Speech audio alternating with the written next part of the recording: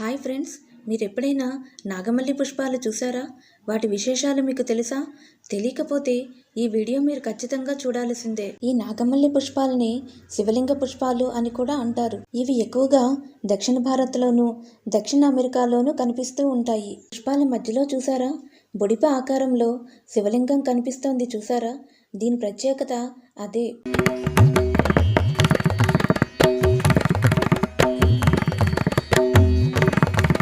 శివునికి అత్యంత ప్రీతికరమైన పుష్పాలు ఇవి. ఈ వృక్షం శాస్త్రీయ నామం కౌరాపిట గియానెన్సిస్.